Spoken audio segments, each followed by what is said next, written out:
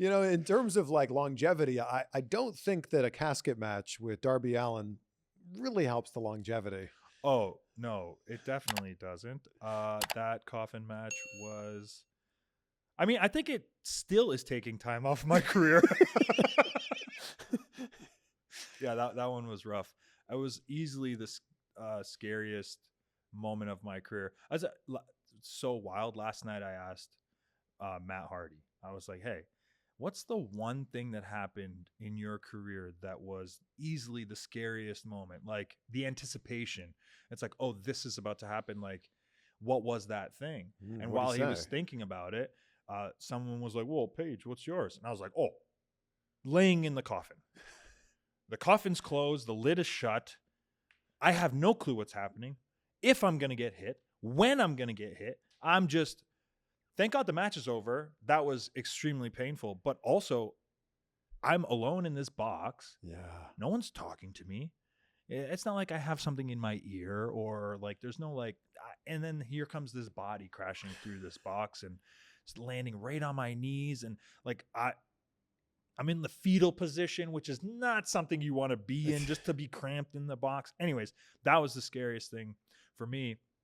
He said it was when Jeff Hardy jumped off in Orlando to swanton him through the table that ended up turning him into a broken Matt. He said the anticipation of how high he was, 20 feet in the air.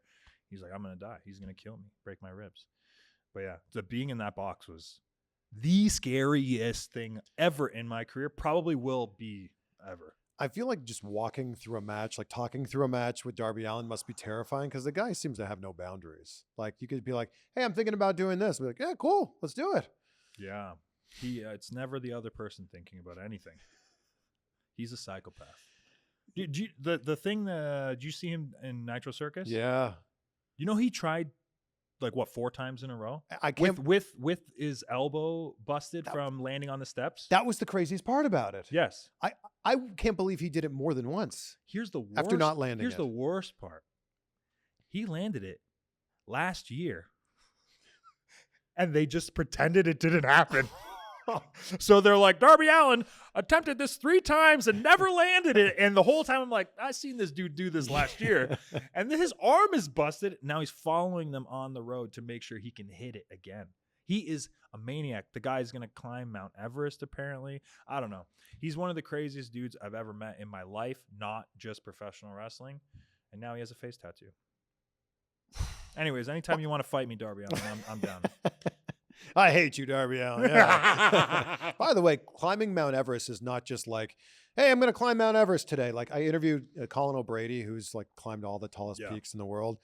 And he was talking about like, oh, there's like many months of training that go into it. It's not just like climb other mountains. Yes. You don't just sign up and show up and you're like, hey, I'm ready to do it. Well, he announced it like almost a year ago and he's been building up to this. And I think it's also like how I was saying, I also don't want to speak for anybody, but like how I was saying, it's something that you can control, the bodybuilding and the changing your diet. I mean, he has to climb the mountain himself. Like he has to do it. Yeah, no one else can do it for him. And there's a lot of elements there that you have no control over. Right. You don't have any control over the weather that day. So crazy. The wind what a that maniac. day. You don't have any control over how many other people are trying to climb at the same time because that becomes a problem. There's like this bottleneck at the top of Mount Everest, which is crazy. They can only pass on certain, like there's like a 2 or 3 week period of the year. Yeah. Where the weather is good enough to actually summit. Right. How crazy is that? What a gamble.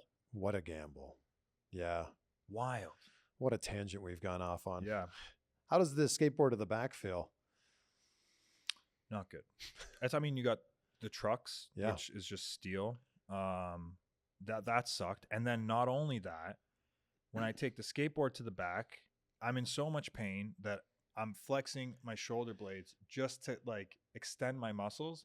I fall into the coffin, but when I fall into the coffin, my back scrapes the side of the coffin. And the way they built the coffin to like make sure that there was enough support, I guess. So you had the actual outline of it. Then they put kind of like, I don't know, some support beams in there. Yeah. But they weren't shaved down. So it was just so my back scrapes against all that. And I'm just laying in there and I'm like, oh, thank God it's over. And you could see, literally, the door's not even shut. You can tell by my body language. I don't care. The match is done. Shut the damn thing. It's over. Look at, like, if you see the footage, Yeah. I fall in. I just gave up because I knew. I'm like, that's it. I just thought you were selling really well. Yeah. 100%. Yeah. That's it. Yeah. No, I just said, yeah, this is where I live now. Just shut the damn door.